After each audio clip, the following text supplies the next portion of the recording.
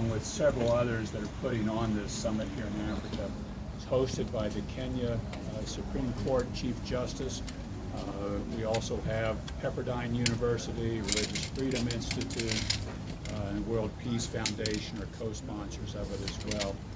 The title of the summit is International Religious Freedom Africa. It's the first time this summit has ever been held on the continent of Africa. We've been doing these summits for 5 years in Washington, D.C., also in Japan and Taiwan, but this is the first time we've done this in Africa. Delighted to be here in Africa.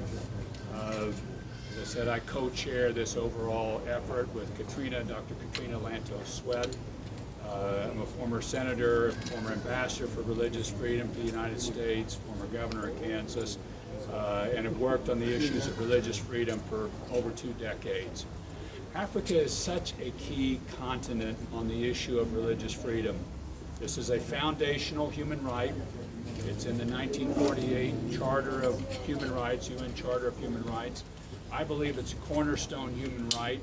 It's a human right that if you can get this one right, you can build the other human rights off of it, whether it's freedom of assembly, freedom of speech, whatever that might be. It is also a key fundamental human right to development. If a continent wants to develop, if a country wants to develop, it must guarantee religious freedom for everybody all the time. In order to have people that will come and will trade and will be there and will develop, it can't just be a country that says we only will honor one faith. We're seeing too many governments around the world, and we're seeing this in Africa too, that will pick a favorite religion. They will say, okay, we will favor this religion, but we will persecute, or we will allow the others to be persecuted. This right and the role of government in this right is to defend the right of everybody everywhere to practice this faith freely and without fear of mob violence, without fear of oppression. It's a key development right, as I mentioned. If a country wants to grow, it's a key security right.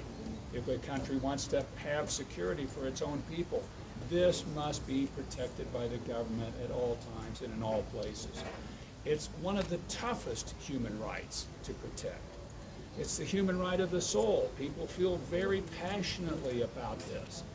And so when they see somebody that is a practicing of a different faith, they can often say, well, I disagree with you, or they can even turn violent. We've seen people attacked, we've seen kidnappings, we've seen people be killed for their faith, for peacefully practicing their faith. That's not the way forward.